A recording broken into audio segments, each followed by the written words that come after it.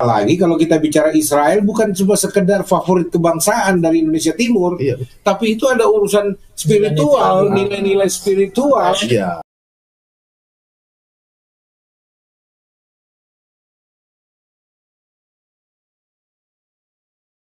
Orang Kristen justru harus mendoakan Israel agar mereka bertobat dan terima Kristus.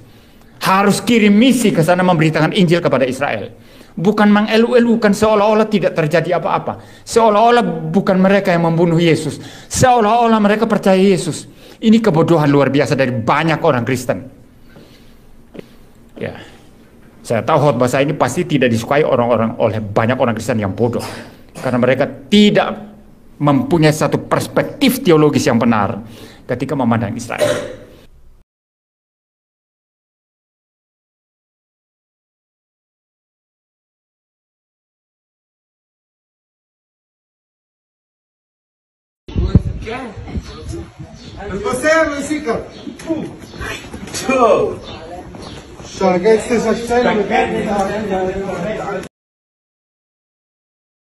Dan Anda tahu, dosa terbesar dari Israel yang mendatangkan hukuman, bahkan bukan hanya hukuman biasa, bahkan bisa membawa mereka ke neraka, adalah apa? Mereka menolak Tuhan Yesus. Mereka menolak Tuhan Yesus. Dalam Yohanes pasal 1 ayat 10, ayat ini bilang begini, Yesus datang kepada ciptaannya, ciptaannya tolak, dunia buatannya. Tapi di ayat 11 datang kepada miliknya. Siapa miliknya? Israel. Israel tidak menerima dia. Jadi ini adalah dosa besar. Bahkan ada Israel, orang Israel yang sudah terima dia.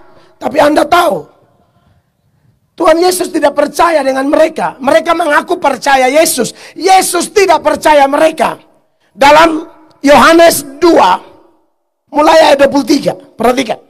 Dan sementara ia di Yerusalem selama hari raya Paskah, banyak orang percaya dalam namanya karena mereka telah melihat tanda-tanda yang diadakannya. Banyak orang percaya, ini orang Israel di Yerusalem. Banyak orang percaya dalam namanya karena melihat apa? Tanda-tanda, mujizat-mujizat. Yang namanya lihat mujizat ini. Semua orang mau.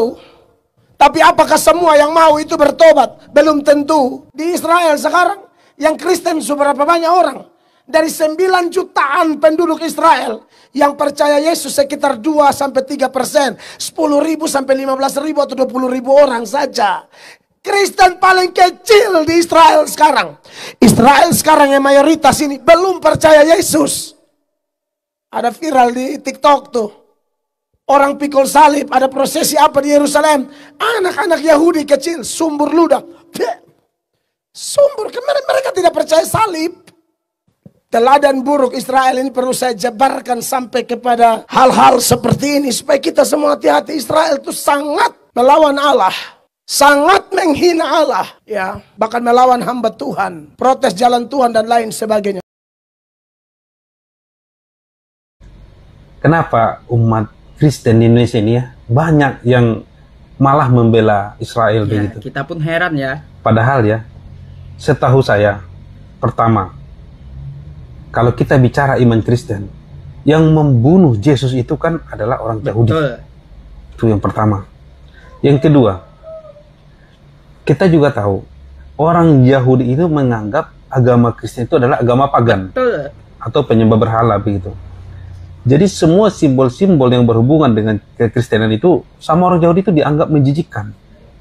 Jadi sering kita bacakan di media bagaimana para peziarah-peziarah Kristen yang datang ke tanah Palestina, khususnya ke Yerusalem, itu diludahi sama orang-orang Yahudi di sana. Ya, pemukim-pemukim Yahudi yang tinggal di tanah Palestina sana itu.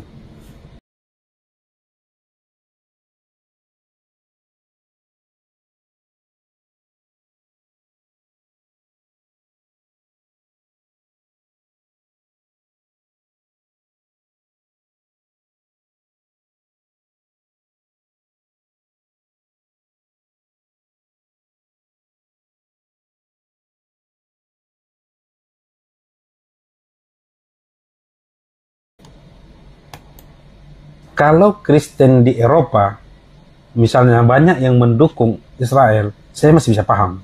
Kenapa? Karena kebijakan negara-negara Eropa itu memang mendukung Israel. Ya, bahkan mereka yang menciptakan negara Israel itu, ya, silakan dibaca sejarahnya. Tapi kalau orang Indonesia, ya, umat Kristen Indonesia yang mendukung Israel, saya bingung. Pertama, kebijakan negara kita itu mendukung mutlak Palestina. Kita bahkan tidak punya hubungan diplomatik dengan Israel. Ya, yang kedua, kita juga bekas korban penjajahan dari negara-negara Eropa, sama seperti Palestina sekarang.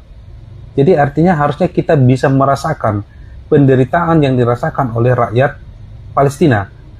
Kalau di Palestina ada pejuang Hamas yang sekarang dicap oleh Eropa sebagai teroris karena berjuang memerdekakan negaranya, kita juga dulu dicap ekstremis oleh Belanda.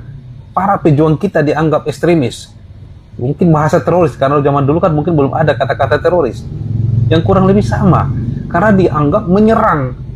Katakanlah nanti Belanda sudah menduduki Batavia, Jakarta ya sekarang, diserang oleh para pejuang kita. Kadang nanti mereka masih tidur, diserang pejuang kita. Dan dianggaplah pengganggu atau ekstremis, dianggap mungkin teroris. Jadi kurang lebih begitu sebenarnya kalau kita memahaminya secara sederhana. Saya tidak mengabaikan fakta ya, bahwa memang Israel ini saudara ada sisa-sisa kemuliaan kejayaannya sebagai bangsa pilihan sejarah jasmaniah dulunya.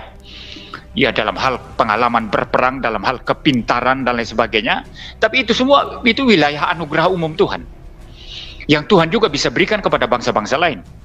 Ya, dan hal itu boleh membuat kita kagum, tidak apa-apa. Boleh membuat kita hormat kepada Israel, tidak apa-apa. Tetapi berlebihan itu bahaya sekali.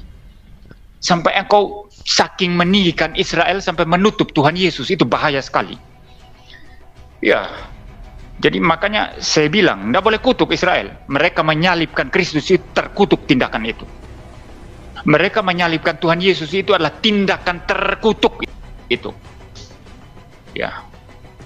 Jadi jangan orang Kristen itu, ya, jadi orang Kristen itu jangan bodoh-bodoh amat lah begitu ya.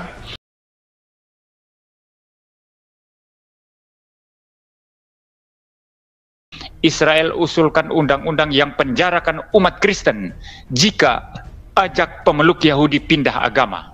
Ini. Ya, saudara lihat ya judulnya ya. Nanti saudara cari sendiri di Google. Ya. Saya baca ya saudara ya. Tel Aviv, umat Kristen dapat menghadapi hukuman 1 tahun penjara karena mencoba mengajak orang berpindah agama ke keyakinan mereka.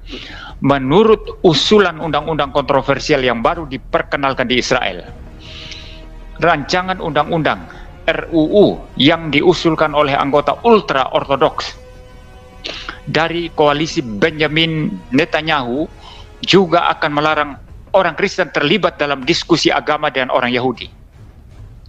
Ya, jadi ini saudara, kalau ada orang Kristen mengajak orang Yahudi masuk Kristen, itu akan dipenjara 1 tahun. Dengar ini baik-baik ya, ini kadrun ini saudara. Kedua, ini baru rancangan undang-undang ya saudara ya.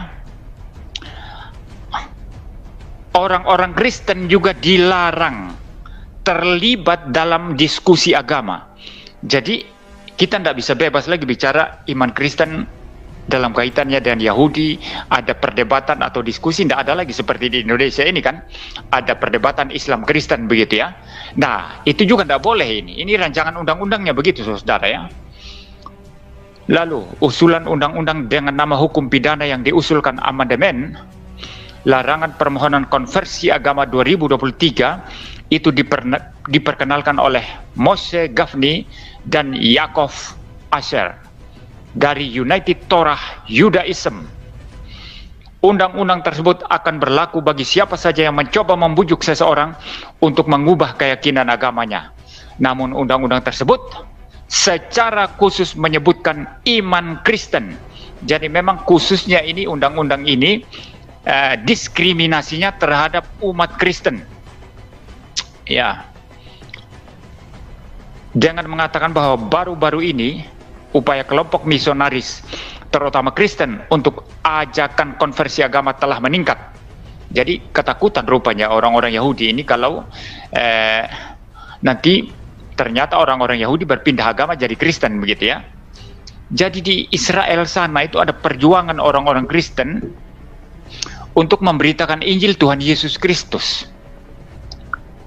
Ini kalau rancangan undang-undang ini nanti sudah digolkan, ya, sudah sah, ini saudara-saudara Kristen kita di Israel itu berada dalam bahaya.